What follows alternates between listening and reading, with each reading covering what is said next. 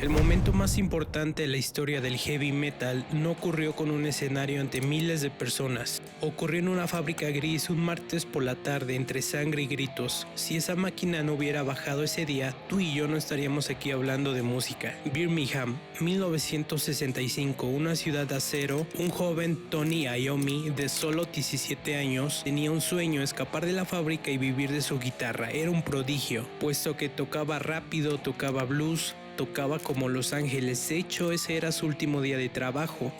Había renunciado. Al día siguiente se iba de gira por Europa con su banda. El destino le sonreía hasta que la señora que operaba la prensa industrial faltó y pusieron a Tony en su lugar.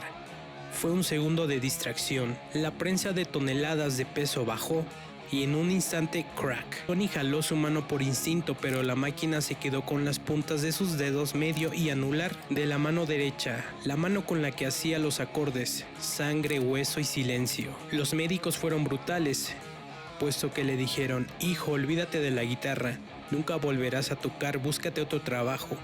Tony cayó en una depresión profunda. Su vida había terminado antes de empezar. Estaba sentado en su casa, escuchando el silencio, convencido de que el sueño había muerto. Pero entonces un amigo le trajo un disco. Este disco era sobre un guitarrista de jazz que tocaba solo con 2 dedos debido a un incendio. En ese momento la tristeza se convirtió en obsesión. Tony Iommi se levantó y dijo: si él pudo, yo voy a reinventar cómo se toca este instrumento. Se encerró en su casa, derritió botellas de plástico de detergente, cortó cuero de una chamarra vieja y se fabricó unas prótesis caseras para las puntas de sus dedos. Pero había un problema: le dolía al presionar las cuerdas, así que hizo algo que ningún guitarrista de rock hacía en esa época: bajaría la afinación. Aflojó las cuerdas para que estuvieran más suaves. De mi estándar bajó a do sostenido, y al hacer eso el sonido cambió. Ya no era el sonido brillante y feliz del rock and roll de los 60s. Las cuerdas flojas combinadas con la distorsión de su amplificador a todo volumen crearon un sonido gordo, oscuro, fangoso, un sonido que retumbaba en el pecho. Tony no estaba tratando de ser heavy, estaba tratando de no sentir dolor, pero al tocar ese primer acorde invocó algo nuevo. Era el sonido de las fábricas de Birmingham,